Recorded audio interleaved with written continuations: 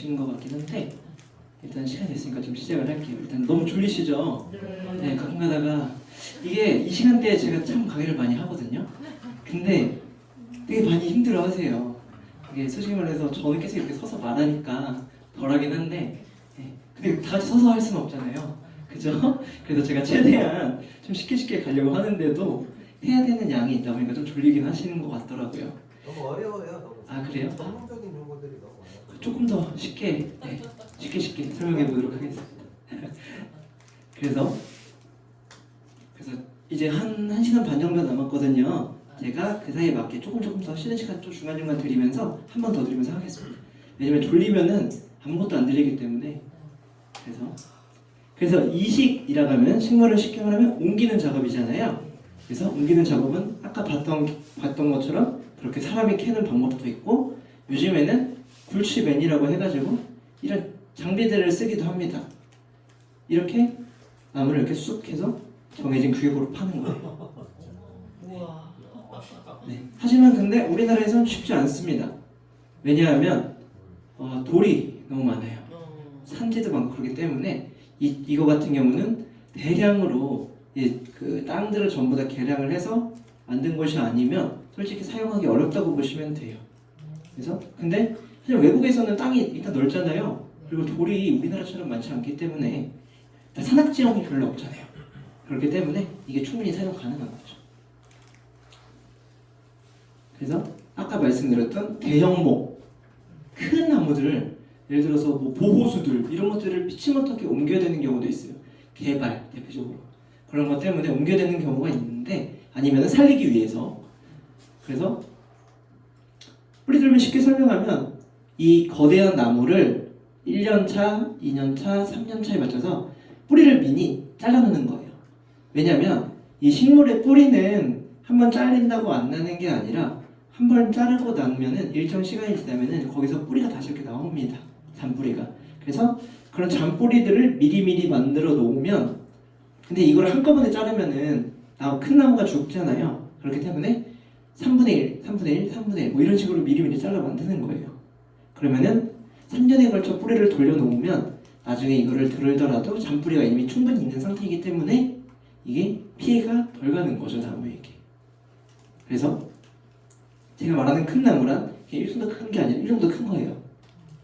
이 정도 대형 나무들 엄청 크죠. 이런 아름드리 나무들을 옮길 때 보통 저런 뿌리 돌림 방법을 실시합니다. 그래서 처음 자르고 나서는 없다가 이렇게 잔뿌리가 나오는 거예요. 옆에 있는 게 자르고 난 다음에 나온 잔뿌리입니다. 보통 이렇게 1년에서 2년 정도 걸리면은 잔뿌리가 이렇게 생깁니다. 거의 엄청 크죠. 그래서 교목류를 식재할 때는 그래서 이렇게 이식을 하기 위해서 굴치를 뺐잖아요. 나무를 모두 뺀 나무를 이제 심어야 되잖아요. 이 심는 것도 다 방법이 있습니다. 첫 번째로는 이 화분, 그러니까 분의 이 크기보다 훨씬 크게 파셔야 돼요. 기본적으로. 왜냐하면 이 화분이 딱 들어갈 정도로만 파면은 그 옆에 땅은 엄청 딱딱하잖아요. 근데 지금 저희가 굴치를 해놓은 식물들은 아직 너무 연약하잖아요. 그래서 뿌리를 뻗어나가는데 최대한 쉽게 에너지를 쓰지 않게끔 만들어줘야 됩니다. 그래서 반드시 주변 땅가지도 좀 연해질 수 있도록 이렇게 여러 가지로 파놓는 거예요. 그리고 두 번째로는 이쪽에 살균이라든지 살충제로 소독을 해놓는 게 좋습니다. 이 병이 걸리는 게 언제 걸리기 쉽냐면 수세가 약해졌을 때예요. 사람도 면역력이 약해졌을 때 병이 쉽게 걸리잖아요.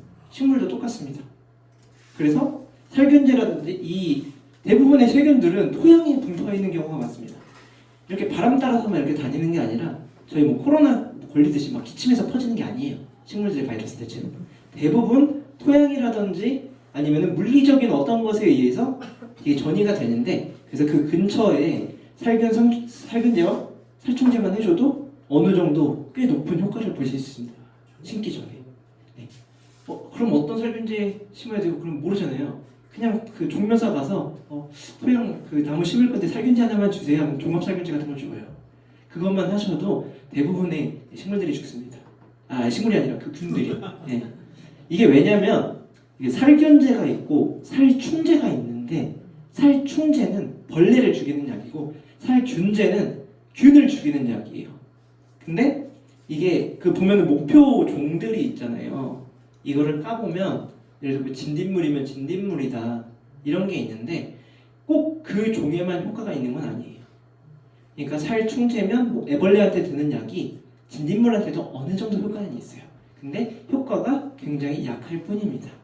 그런 걸 알고 보시면 결국에는 다 종합적인 살충제, 살균제다 라고 생각을 하시면 됩니다. 그래서 그런 것들을 살균제로 소독을 하시면 병이 조금 더 덜 걸린다.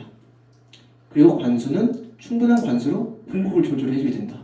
이 식물을 심으실 때 잘못 생각하시는 것 중에 하나가 비 오는 날에는 물을 안 줘도 된다고 생각을 하세요. 이게 예를 들어 비 오는 다음 날에 심는다. 그럼 물을 안 줘도 된다고 생각하십니다. 근데 이 물 주는 거는 이게 단순히 얘한테 수분을 공급해 주겠다가 아니라 예를 들어서 토양을 이렇게 저희가 새로 심었잖아요. 그러면 그 사이에 토양 간에 간격, 그러니까 막 사이사이에 공기가 차 있어요. 이렇게 막 토양도 이제 저희가 보면은 작지만 자세히 보면 이게 그 사이사이 공기가 차 있단 말이죠. 이거를 없애는 작업이 바로 관수입니다. 처음에 그래서 이 공급을 무조건 없애줘야 돼요. 안 그러면 이쪽에서 균이라든지 아니면 가스라든지 뭐 이런 그 다음에 뿌리가 뻗어나갈 때 공급이 있는 곳을 못 뻗는다든지 이런 문제점이 생깁니다. 그래서 반드시 꼭 물을 주셔야 됩니다. 근데 요새 다들 많이 하시는 거 있는데 식물을 심고 나서 꼭 하신 게 이렇게 밟아주시잖아요. 이러시면 안 됩니다. 이게 좋지가 않아요. 그러니까 이게 왜 이런 게 왜 생겼냐면 예전에 저희는 산악지형이 많잖아요. 근데 산악지형은 물을 이렇게 길어가는 게 너무 힘들어요. 이거 산 타기 너무 얼마나 힘듭니까? 나무 들고 가는 것도 힘든데. 그래서 거기서 공급을 없애주기 위해서 밟는 겁니다. 대체로. 근데 저희 집 앞에 마당에 막 부드러운 땅에 심는데 그냥 물도 다 보는데 굳이 밟아줄 필요가 없잖아요. 오히려 안 좋습니다. 다밥은 식물들의 뿌리가 뻗어나가는데 오히려 상처를 입으면 더 입었지. 그래서 밟는 거는 산같이 물을 줄 수 없는 환경에서만 밟는 거고요. 지금처럼 물을 바로 줄 수 있는 환경에서는 밟지 않으시는 게 오히려 더 좋습니다. 네. 대부분 근데 밟으세요. 습관처럼. 그 초반 신문 이렇게 손을 이렇게 눌러주시고 막 하늘 그러세요. 네. 그게 좋은 줄 아닙니다. 오히려 안 밟는 게 더 효과적이다. 물론 그게 식물을 죽이는 정도의 피해를 주진 않지만 기왕 심는 거 조금이라도 더 도움을 해주는 게 좋잖아요. 그러면은 오히려 안 밟는 게 더 좋다. 그렇게 알고 계시면 될 것 같아요. 아무튼 비가 오나 눈이 오나 관수는 꼭 해주셔야 된다. 식물을 심고 나서. 그래야 공급이 없어진다. 예를 들어서 식물을 심고 나서 진짜 막 시간당 거의 30-40mm의 폭우가 오는 거 아닌 이상 반드시 물 주셔야 돼요. 네. 그리고 여기에 뭐 밝은 촉진제라고 있는데 이게 뭐냐면은 그 루톤이라고 해서 이것도 종묘서 가면 되게 농사를 해보신 분들은 되게 많이 알고 계세요. 그래서 이거를 발라두면 뿌리가 정말 잘 나는 그런 약인데 이거 같은 경우는 바르셔도 되고 안 바르셔도 되는데 일단 이 식물을 너무 비싸게 사왔기 때문에 반드시 살았으면 좋겠어 라는 생각이 드시면 뿌리에 발라주시면 돼요. 네. 물에다가 약간 희석해서 뿌려주시면 돼요. 네. 그러면 얘가 조금 더 잘 자랍니다. 그리고 식재, 다음으로는 이 식재를 할 때 심을 때 깊이예요. 깊이. 어느 정도 깊이로 심어야 이 식물이 잘 자랄까? 제일 기본은 그냥 이 화분 크기 있잖아요. 이 크기가 지면하고 똑같이 이게 최고 좋습니다. 어떤 식물이건. 근데 극단적으로 배수 그러니까 물기가 주변에 있는 걸 못 참는 식물들은 이렇게 올려 심기도 해요. 마운딩에서 대표적으로 소나무가 있겠죠. 이런 식물들은 극단적으로 그 습도가 모여 있는 걸 싫어하기 때문에 혹시라도 모를 습도 피해를 막고자 이렇게 올려 심습니다. 근데 절대 하시면 안 되는 게 있어요. 깊이 심는 겁니다. 솔직히 말해서 올려 심는 것도 물을 조금 더 자주 주면 돼요. 근데 그래도 살 수는 있습니다. 근데 깊이 심는 건 그냥 거의 무조건 죽는다고 보시면 돼요. 근데 이게 어디서 파생된 잘못된 거냐면 특히 이제 바람이 많이 부는 곳 있잖아요. 그런 쪽에서 예전에 그 조경업자를 통해서 나무를 심으면 이 깊이 심는 경우가 진짜 많아요. 왜냐면 바람이 이렇게 불어서 넘어가게 되면 전도가 돼버리면은 이게 하자가 2년이거든요. 공사를 하고. 근데 2년에 다시 무조건 또 심어줘야 돼요. 그러면 너무 손해잖아요. 그 사람은 일단 깊이 심습니다. 근데 깊이 심으면 바로 죽는 게 아니라 얘네들이 이렇게 시름시름 앓다가 죽어요. 막 숨 못 쉬니까 이렇게 하다가 죽어요. 물론 사는 경우도 더러 있지만 대부분 수세가 안 좋아집니다. 그래서 짧으면 3년, 길면 5년 정도 안에 죽는 경우가 굉장히 많습니다. 예. 그래서 이거 왜 죽었지? 막 이유가 없어. 막 토양조 다 갈아줬고 막 맨날 비료도 줬고 근데 어느 날 죽었어. 근데 죽어서 꺼내 보니까 뿌리가 여기부터 시작돼. 그런 경우가 많습니다. 생각보다. 예. 깊이 심으면 뿌리도 숨을 쉬어야 돼요. 통기를 해야 됩니다. 근데 뿌리가 숨을 못 쉽니다. 그래서 대부분의 숨 쉴 수 있는 뿌리는 여기 땅 깊이 있는 게 아니라 이 나무 주변 이렇게 해서 얇게 바깥으로 대부분 뻗어 있거든요. 근데 그런 뿌리들을 깊이 심게 되면 모두 막아버리는 겁니다. 그럼 그쪽에도 공기가 전혀 없게 되고 통기가 안 되면서 숨 막혀 죽는 거죠. 질식해서 죽는 겁니다. 나무가 2%만 광합성을 하는 게 그러니까 숨을 쉬는 게 아니에요. 줄기로도 숨 쉬고요. 뿌리도 땁니다. 그렇기 때문에 반드시 이 깊이는 높이 심어도 되고 똑같이 심어도 되는데 깊게만 심지 말아달래요. 네. 바람 때문에 넘어갈 위기면은 수목 기억이 안 나네. 그 보조대를 설치하면 되는 거예요. 그 지주대, 수목 지주대를 해서 설치를 해야 되는 거고 깊이 심는 건 잘못된 거고요. 유일하게 깊이 심는 데가 급경사의 나무를 무조건 심어야 될 때 이럴 경우입니다. 급경사인데 여기는 어떤 환경으로 인해서 무조건 나무를 심어야 되는 상황이에요. 예를 들면 뭐 회사 막 본부장이 막 심으래. 갑자기 막 저희 회사에. 그래서 심어야 될 거냐. 까라면 까야 되니까. 그러면은 그럴 경우에만 깊이 심습니다. 왜냐면 거기서 넘어가면은 100% 죽기 때문에 넘어가는 것보단 그래 깊이라도 심어보자. 그 다음에 나중에 한 1년에서 2년 정도 있다가 직접 가서 그 깊이 이미 그때는 뿌리가 어느 정도 돌았을 테니까 뿌리 그 위에 덮어있던 그 흙을 걷어내게 됩니다. 걷어내야 돼요 다시. 그래야 나무가 활착이 됩니다. 뭐 그런 게 있어요. 그래서 식재를 할 때는 어떻게 식재를 하나 이것도 영상을 한번 봐볼게요.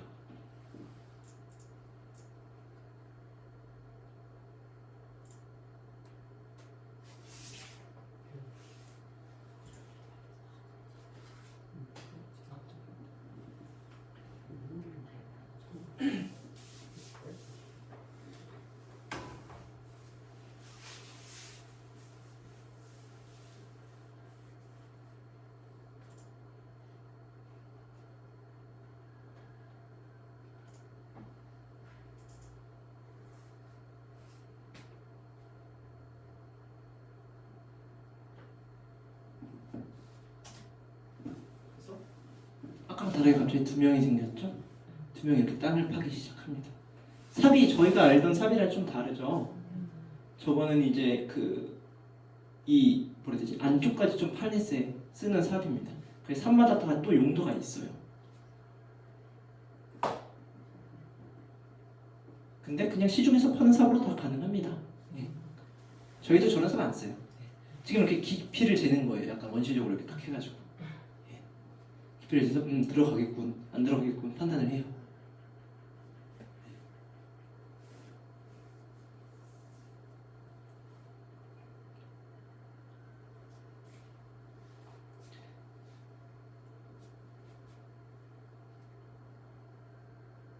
그래서 약간 좀 더 파야겠군 해서 이제 더 파는 겁니다. 네. 한번 생각해도 작다. 아까 말씀드렸죠. 좀 넉넉하게 파야 된다고. 네. 그래서 보면은 이렇게 갑자기 뜬금없이 저희 소중한 식물에 막 저렇게 칼질을 합니다. 이걸 왜 할까요? 좀 가지요? 뿌리가 바깥으로 나와. 네네. 아까 말씀드렸죠. 뿌리는 상처를 입으면 거기에 자극이 간 지점에서 그러니까 장 뿌리가 팔다리가 갑자기 더 많이 생기는 거예요. 손가락이 없었는데 손을 자르고 보니 손가락이 10개가 됐더라. 약간 그런 거예요. 그렇게 생각을 하시면 되거든요. 그래서 미리 상처를 내는 겁니다. 근데 이게 처음에 보실 때 화분에서 꺼냈죠. 화분에서 꺼낸 식물들은 이거는 괜찮은데 이따가 뒤에 나올 거예요. 뿌리가 빙글빙글빙글 막 도는 경우가 있어요. 네. 특히 그래서 교목류 같은 경우는 더 끊어주는 이런 당근 작업을 하셔야 뿌리가 원활하게 자랍니다. 이따 이거 다시 설명을 드릴게요. 네. 아무튼 그래서 이 소중한 저의 식물에 이렇게 칼질을 하는 겁니다. 죽으라고 하는 게 아니고요. 네. 잘 살아라 라고 하는 꽤 깊이 하죠. 생각보다. 흙이 까맣게. 네. 그 유기물이 많은 토양일수록 색이 더 진해지죠. 진짜 토양 좋은 거. 와 시끄러네 나는 무슨 천을 감싸고 있다.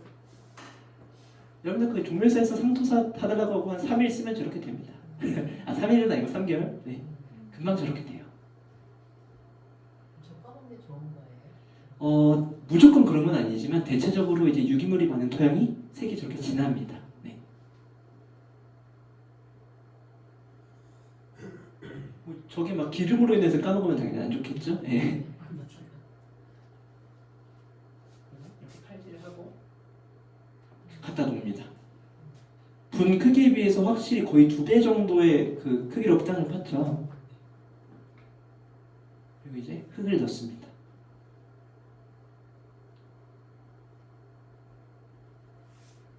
그 레벨도 보시면 딱 맞게 이 높이 깊이도 이 옆에 있는 땅과 딱 깊이가 맞죠.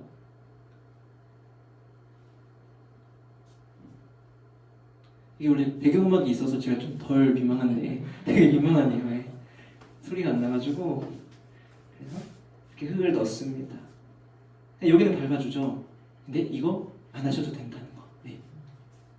아 밟는 게 아니라 그 치우고 있는 거구나. 네. 고랑을 만드는 겁니다. 고랑. 물 보이. 예, 그렇습니다. 이게 특히 경사지에서도 하셔야 되는데 물이 이렇게 넣으면은 넣는 대로 바로 이렇게 탁 추가가 되는 게 아니에요. 시간이 걸려요. 그래서 옆으로 빠져나가는 경우가 많기 때문에 특히 이런 교목을 심고 나서는 이렇게 고랑을 만들어 주시고 물을 부어 주시는 게 좋습니다. 저렇게 장갑도 안 끼고 막 하더라고요.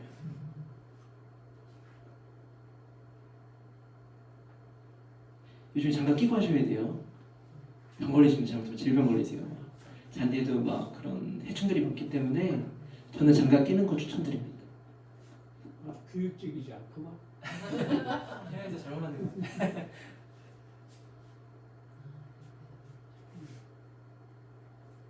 그리고 약간 두꺼운 흙들을 저렇게 좀 부숴주는 거죠. 그리고 물을 이렇게 막 충분히 줍니다. 과하다 싶을 정도로 주시면 돼요. 물을 처음 심고 나서는. 공기침. 네, 그런 걸 없애기 위해서 정말 과한데 싶을 정도로 주셔도 안 죽으니까 처음 주는 물 정도로는.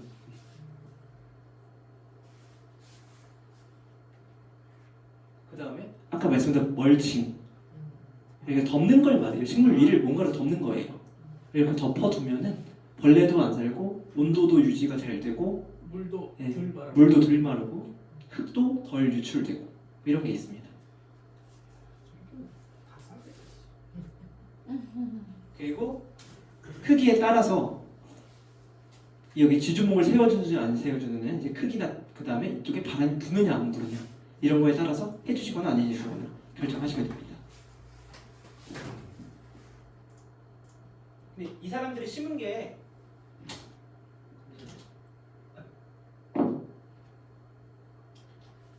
엄청 이식이 잘 되는 단풍나무 종류예요. 그래서 저렇게 대충 심어도 잘 자랍니다. 단풍은. 그래서 이제 방금 말씀드렸던 당근 작업 있죠. 이거를 보면은 화분은 아까 말씀드린 초본도 이렇게 오래된 식물들은 이렇게 딱 조금씩 돌아요. 근데 이거는 괜찮은 편입니다. 이 정도 막 흰색으로 막 돼 있다. 이렇게 만약에 사셨는데 이렇게 돼 있으면 반드시 뿌리를 한 번씩 끊어 주셔야 됩니다. 그냥 칼로 이렇게 막 그으시면 돼요. 일단 막 이렇게 세로로 그으셔도 되고. 그래서 만약에 이게 토양에서 자랐으면 일반적인 땅에서 자랐으면 이렇게 막 여기저기로 뻗었을 거예요. 근데 화분에서 자랄 경우에는 나갈 데가 없잖아요. 뿌리가 뻗을 데가 없으니까 빙글빙글 도는 겁니다. 이게 왜 반드시 끊어줘야 되냐면 솔직히 관목이나 풀, 초본류들은 상관이 없어요. 근데 교목은 이렇게 한번 빙글빙글 돈 걸 심어놓으면은 뿌리가 이 상태로 비대해집니다. 그러니까 이 상태로 해서 심으면은 이 상태로 가다가 갑자기 픽 죽어요. 갑자기 생장을 잘 못해가지고 그런 경우가 있습니다. 덜어. 이거는 높진 않은데 덜어 있어요. 그래서 반드시 이렇게 특히 화분에 된 거는 특히 이제 꽃시장에서 사오면 대부분 화분들이 많아요. 특히 그런 나무들은 그 화분 분갈이 할 때나 심으실 때나 모두 한번 꺼내 보셔서 뿌리가 이만큼 돌았나 안 돌았나를 한번 보셔야 돼요. 약간 색이 하얀색이 많다 싶으시면 반드시 한번 잘라주시고요. 별로 막 이렇게 꼼색이 좀 많다 하면은 안 잘라주셔도 되고요. 네. 그래서 이게 왜 중요하냐면 구매를 했을 때 이렇게 오래 돌았다는 거는 이 상태로 오래 자랐다는 거잖아요. 그러면은 위에 막상 팔 때는 보면은 위가 더 싱싱해요. 뭔가 더 싱싱합니다. 오히려 이렇게 된 것보다 더 크기도 크고, 근데 가격도 더 비싸요. 심지어 위에가 좋으니까. 근데 막상 가서 이거를 사는 게 아니라 이거를 사와서 이게 더 좋네 하고 심었어요. 그럼 근데 얘가 더 늦게 자라고 더 상태가 안 좋아지는 경우가 있습니다. 더러. 그렇기 때문에 반드시 이렇게 한다는 거. 이거를 쉽게 알아볼 수 있는 방법이 있어요. 이게 오래된 건지 아닌 건지 벗겨보잖아요. 또. 만약에 가서 막 꽃시장 가가지고 이거 벗겨본다 그러면 막 안 된다고 하는 사람들 많아요. 그래서 이거를 화분의 아래를 보시면 되거든요. 아래를 보시면 뿌리가 굉장히 많이 나와 있다. 그러면은 이렇게 많이 돌았다고 보시면 돼요. 근데 더 선명한 거는 들려고 하는데 바다다닥 하면서 막 뿌리 끊어지는 소리가 있잖아요. 들리거든요. 이렇게 아예 안 들리는 것도 있고 그런 것들은 다 이렇게 돼 있는 겁니다. 예. 그래서 들어보면 됩니다. 들어봤을 때 잔뿌리가 살짝 나와 있는 게 제일 좋다. 그게 최고 좋습니다. 그 화분에서 최대치라고 생각하시면 돼요. 가성비도 좋다. 그리고 이식할 때는 도장지나 뭐 결국에는 이 아까 말씀드렸다시피 뿌리 잎이 떨어지는 만큼 뿌리도 잘라줘야 된다고 했잖아요. 반대로 생각하면 똑같습니다. 뿌리가 떨어지는 만큼 잎을 잘라줘야 되니까 그런 거예요. 결국엔. 그렇게 위도 잘라줘야 된다. 그래서 지금 자를 때는 마음이 아프겠지만 이거를 자르지 않고 그냥 방치를 하게 되면 나중에 그냥 말라서 죽어버리는 경우도 있습니다. 잎은 계속 광합성을 하고 물이랑 산소랑 해가지고 산소를 만드는데 뿌리는 물을 못 먹어요. 잔뿌리가 없으니까. 이런 상황이 발견 계속 됩니다. 그럼 마르는 거죠. 잎이. 얘네들은 저희처럼 막 조절할 수 있는 게 아니거든요. 그래서 반드시 이런 것들을 해야 된다. 그 위를 좀 잘라줘야 된다고요. 증산 억제제란 이 나무가 잎으로 가장 숨을 많이 산소를 만들거든요. 그런 작용들을 막아두는 거예요. 일부러 약을 쳐서. 증발산이라고 하는데 그 산소를 만드는 작업을 좀 안 하게끔 약을 뿌려서 해두면 내부에 있는 물을 별로 안 쓰잖아요. 그럼 뿌리가 물을 별로 안 먹어도 나무가 그렇게 허해지기가 마르거나 하지 않습니다. 그래서 증산억제제를 뿌리거나 도장지를 제거하는 게 좋다. 근데 이 증산억제제는 효과 기간이 있어요. 그렇기 때문에 반드시 나무를 그 전지를 해주시는 작업은 하셔야 된다는 겁니다. 네. 그래서 초본도 똑같죠. 근데 초본류는 별로 어려울 게 없습니다. 얘네는 이렇게 돌아도 그냥 이렇게 심어도 잘 자라요. 교목이랑 다릅니다. 얘는 그냥 대충 막 심으셔도 됩니다. 웬만큼 다 자라요. 대신에 간격이 좀 중요한데 식물을 심을 때 예를 들면 얘네 같은 경우에는 이 다 자라서 이게 실제로 크기가 얼마나인지 알 수가 없잖아요. 저희는 이 여기서는 40포트라고 해서 뭐 화분은 요만했지만 이게 다 자라고 나면 이만할 수도 있는 거고 크기 이만할 수도 있는 거고 그렇잖아요. 이걸 알 수가 없기 때문에 회식에서 제일 좋은 거는 이 식물이 검색을 해봐서 아니면 거기 사장님한테 얼마나 많이 자라요? 하면은 물어보면은 이 정도까지 큰다고 알려줘요. 뭐 넓이는 얼마에? 뭐 높이는 이 정도 큽니다. 하고 알려주거든요. 그럼 그걸 기준으로 간격을 정하시는 게 좋습니다. 예를 들어서 샀을 때 기준으로 절대 심으시면 안 돼요. 급한 게 아니면. 왜냐면은 얘가 초보는 정말 빠르게 크거든요. 1, 2년만 돼도 갑자기 막 미친 듯이 막 자라는 경우도 있고 그래서 얘네는 반드시 한번 물어보고 이게 얼마나 크는지 사장님한테. 그래서 이만큼 큰다 하면은 그때 선정을 해서 심으시는 게 좋습니다. 그래서 너무 쉽지도 않고 너무 넓지도 않고 좁지도 않게. 다만 기준이 되는 게 딱 어느 정도 하나 있다면 꽃이 피면 거의 다 자란 거라고 보시면 돼요. 초보는요. 그 과목은 다릅니다. 하지만 초보는.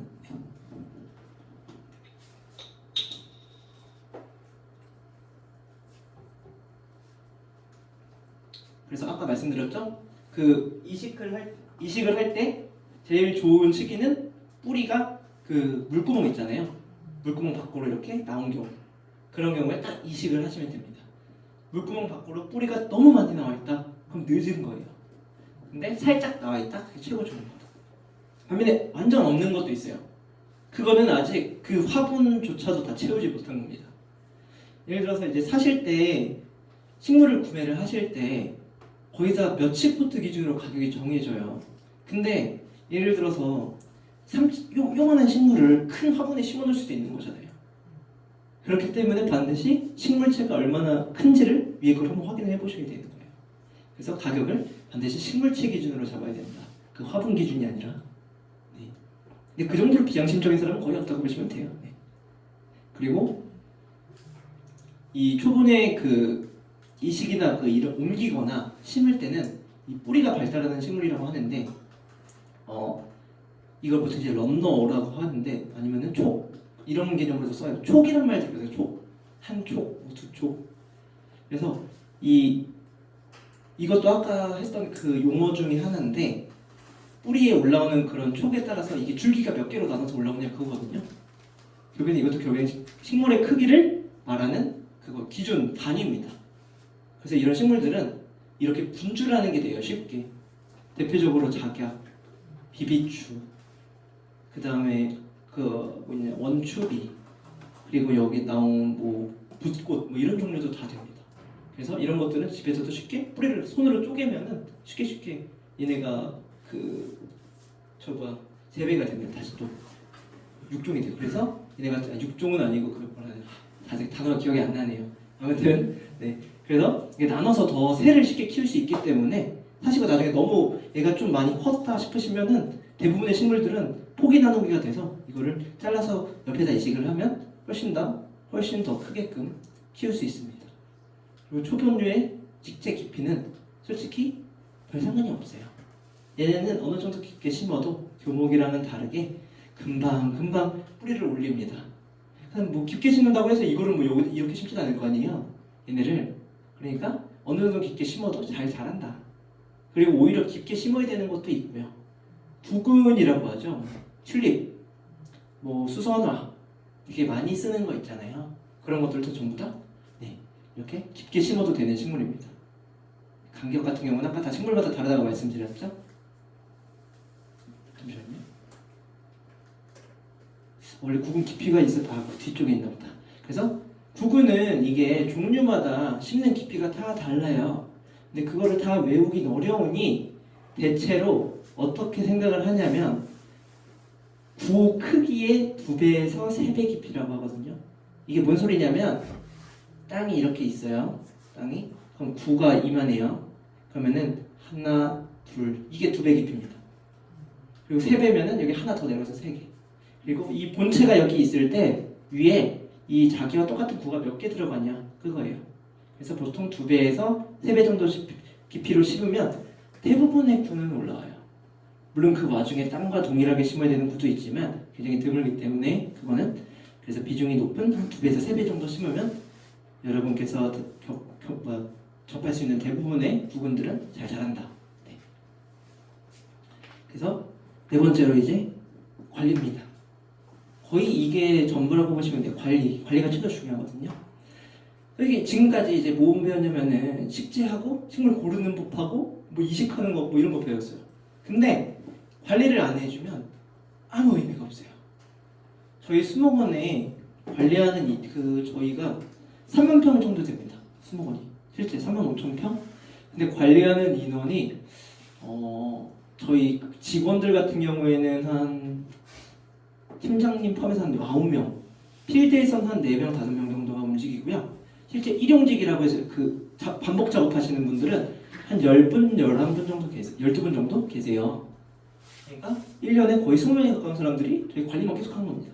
그런데도 맨날 욕먹어요. 왜 이렇게 관리가 안 돼 있죠? 막 선생님들이 물어본다고.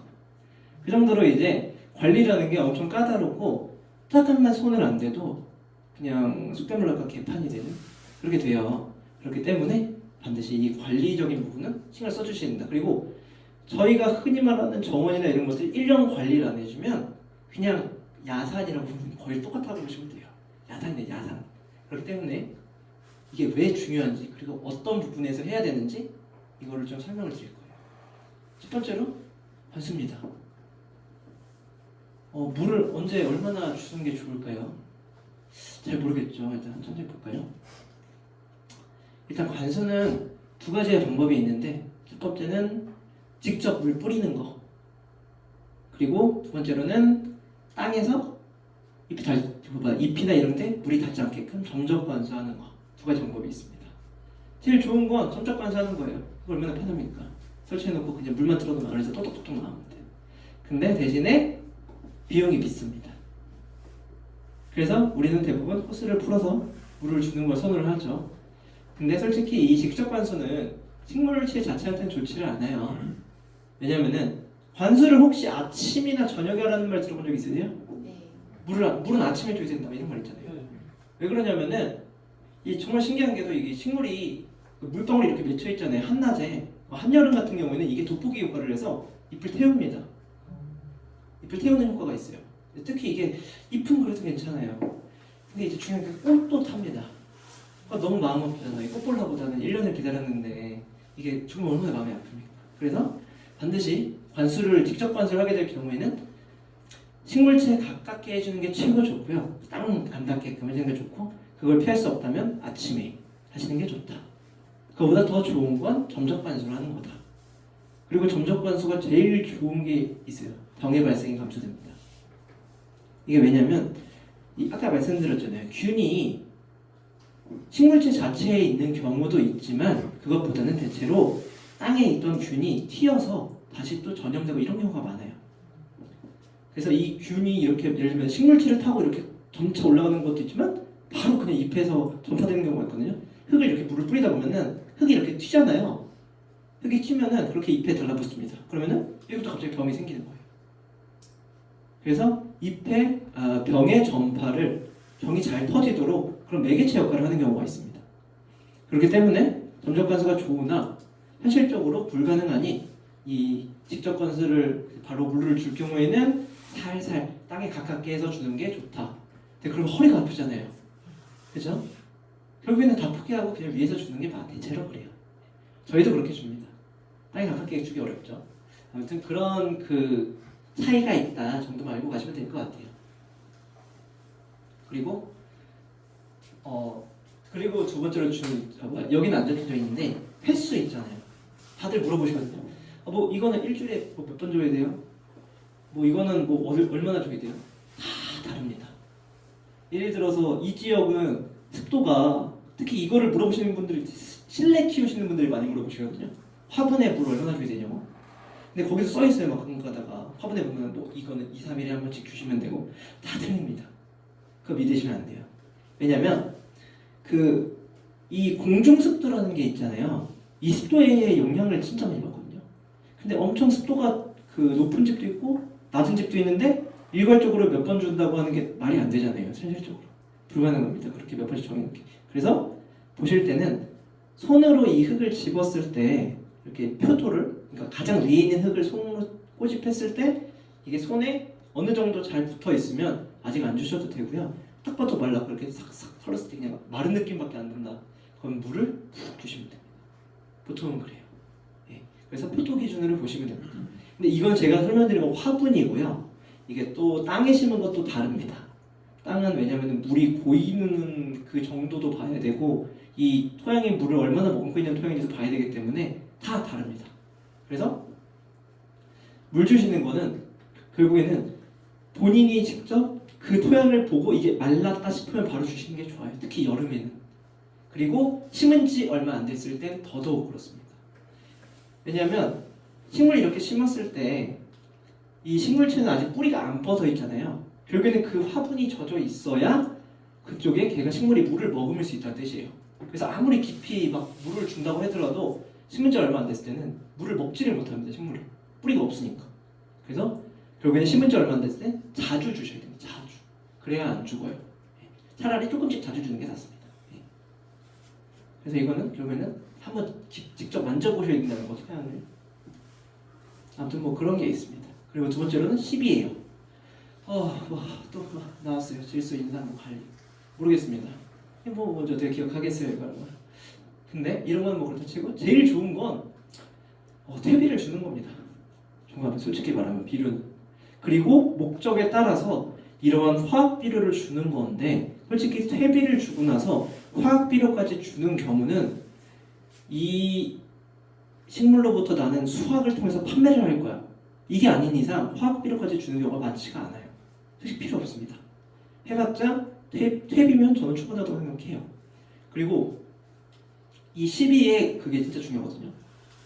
이거는 이제 유박비료 막 이런 건데 이 12의 시기가 생각보다 진짜 중요해요. 이 저희가 말하는 퇴비나 화학비료의 결정적인 차이가 뭐냐면 흡수되는 속도가 다릅니다. 화학비료는 뿌리자마자 물에 바로 녹아서 바로 흡수가 돼요. 근데 퇴비나 유박비료는 저희가 그 뿌리고 나서 분해되는 시간이 필요합니다. 미생물에 의해서. 그래서 보통은 새순이 올라오는 직전, 그리고 아니면은 개화하고 있는 중간에 뭐 이렇게 줘야 돼요. 그래야지만 식물이 천천히 이걸 흡수할 수가 있습니다. 그러면은 그게 분해되는 시간인데 전중은 왜 중에는 왜 줄까요? 이미 꽃 다 피었는데 내년에 또 살아야죠. 네. 이제 그 다음에 꽃이 지고 나선 내년도에 필 수 있는 에너지를 축적을 한단 말이죠. 그래서 그 에너지를 주는 겁니다. 그래서 중에도 주시는 게 좋습니다. 아니면 토양을 완전히 새로 만들 때 여기 땅이 너무 뭔가 토력이 별로 안 좋은 것 같아요. 지력이 이제 다 떨어진 것 같아요. 그럴 경우 반드시 비료를 주는 게 좋습니다. 그러면은 이런 그 화학질 비료, 뭐 유기질 비료, 뭐 비료는 많이 쓰였죠. 그러니까 이거 잘 모르겠잖아요. 사실 제일 좋은 건 거기 비료마다 이 영양분의 성분, 밀도 그게 다르기 때문에 그 뒤에 있는 표를 보시면 어느 면적에 어느 정도를 주세요라고 써 있어요. 저희도 그걸 보고 합니다. 왜냐면은 만드는 회사마다 다 다르니까 함유량이 얼마나 들어있는지 다르잖아요. 그렇기 때문에 그걸 보시고 그 이내로 주시는 게 좋습니다. 밑으로 과하게 주는 건 저는 추천드리지 않습니다. 왜냐하면 식물이 비료를 많이 주면 죽는 건 알고 계시죠? 근데 왜 죽냐면 말라서 물을 못 먹습니다. 아까 설명을 드렸던 그 삼투압이라는 게 있잖아요. 이거를 쉽게 설명을 하면은 요게는 이 식물이 물을 먹는 방식은 밀도 그러니까 영양분이 많은 지역에서 적은 지역으로 이동한다는 개념이에요. 그런 식으로 이동을 하기 때문에 만약에 뿌리 쪽에 영양분이 많이 모여 있으면 물은 이동하지 않습니다. 양분이 더 많은 쪽에 있으려고 하기 때문에. 그래서 만약에 저희가 염화칼슘 많이 쓰죠. 겨울에 막 뿌리는 거. 염소. 그 염소 식물 주면 다 말라 죽잖아요. 그게 소금이 싫어서가 아니라 소금이 있으면은 이쪽에 물이 뿌리 쪽으로 이동하지 못해요. 삼투압이 안 일어납니다. 그래서 말라 죽는 거예요. 그래서 그런 염소들이 안 들어가게끔 하는 거고 비료도 마찬가지 염소와 똑같은 역할을 할 수가 있습니다. 그래서 비료는 적정량을 주셔야 식물들이 물을 흡수할 수가 있어요. 그래서 비료를 많이 주지 말고 퇴비도 똑같습니다. 퇴비도 그러면 유기물들이기 때문에 퇴비도 너무 많이 주게 되면 예전에 제가 아르바이트를 했었을 때 카페 사장님이 식물을 정말 좋아하시는 거예요. 근데 분갈이를 하시는데 비료 1에 원예상토 1을 쓰더라고요. 그래서 저는 죽겠구나 하고 그냥 뒀죠. 왜냐면 거기 별로 안 좋아했어가지고 그냥 죽게 뒀는데 아무튼 그런 식으로 너무 많다고 좋은 게 아닙니다. 그리고 화학비료, 유기비료 어떨 때 쓰는지 말씀드렸죠. 퇴비나 이런 것들은 일반적으로 쓰실 때 전부 다 쓰시면 되고 화학비료는 특별하게 이 식물을 살려야겠다 혹은 아니면 내가 무언가를 해서 장사를 하겠다 예를 들어 그 정도로 급박한 환경이 있을 때만 쓰시는 게 좋아요. 왜냐면 부작용이 좀 있습니다.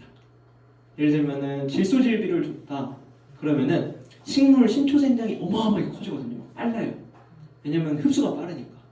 대신에 그만큼 그 식물체 겉에 자라는 보호하는 표피 이런 것들이 얇아지기 때문에 병충해에 노출될 확률이 높아집니다. 그래서 저는 정원을 만드신다면 저는 화학비료는 별로 추천드리지 않습니다. 아무튼 퇴비만 쓴 게 최고 좋다. 근데 이게 또 퇴비를 고르실 때 그게 있어요. 이게 냄새가 나잖아요. 냄새. 근데 이 냄새가 난다는 거는 아직 후숙이 덜 됐다는 뜻이거든요. 그래서 원래는 이거를 그거를 포장을 뜯어 놓고 원래는 며칠 정도, 한 2주 정도, 2, 3주 정도 후숙을 시켜야 돼요. 후숙을 시킨 다음에 줘야 식물한테 좋습니다. 왜냐면 이게 후숙이 안 된 상태의 비료를 잘못 살포해버리면 거기서 가스가 나오거든요. 베타가스가. 그럼 오히려 더 안 좋을 수가 있어요. 식물에게. 그렇기 때문에 저는 물론 이게 업체에 전화해서 확인해보는 게 제일 좋고 이게 후속이 끝나면 바로 뿌려도 되는 건가요?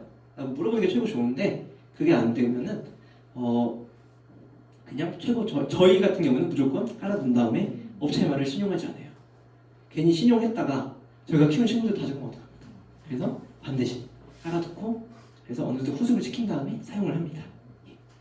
근데 그래서 저희가 편의상 사용하는 거는 유박비료라고 해서 펠릿 형태로 강아지 밥처럼 해서 나온 게 있어요.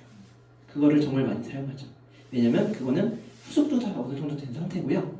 그리고 냄새가 안 납니다. 그 정도로 그렇게 많이 심하지 않아요. 물론 뭐 비료의 성분에 따라 다르지만 저희가 제일 많이 사용하는 그 아주까리라는 성분이 있어요.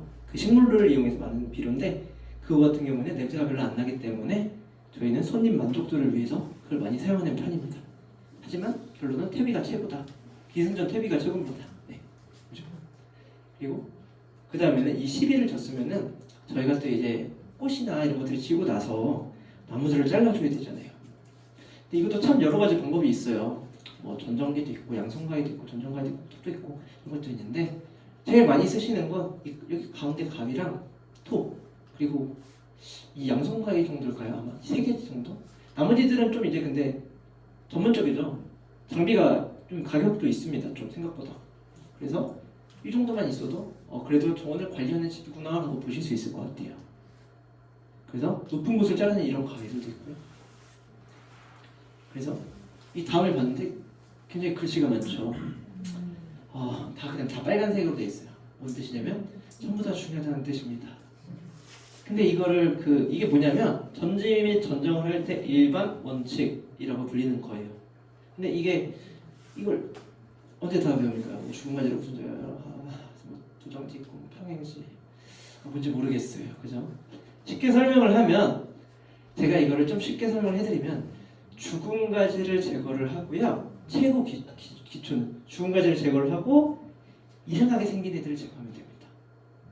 이게 뭔 소리냐면 이상하게 생긴다는 게 이게 나무를 키우다 보면은 이 나무가 갖는 고유의 방향이 있잖아요. 가지들이 이게 보이거든요. 어느 정도 여기 바깥에 있는 저 향나무가요? 저것만 봐도 일정하게 올라가는 자라는 그게 있잖아요. 그거에서 벗어나는 가지들을 제거해준다고 생각하시면 돼요. 첫 번째는 죽은 가지, 두 번째는 지 혼자 튀는 가지. 이렇게 두 가지만 제거를 해줘도 거의 모든 전정은 끝난다고 보시면 돼요. 네. 여기 봐봐요. 여기 평행지, 상향지, 내수지 이거 외울 수 있으시겠어요? 어렵습니다. 그렇기 때문에 기본적으로는 죽은 가지, 두 번째로는 이상하게 자란 가지를 제거하시면 됩니다. 그리고 이거는 일반적인 원칙이고 예를 들어서 여러분께서 이제 선생님들께서 과실수 이런 거를 키울 때는 또 방법이 달라요.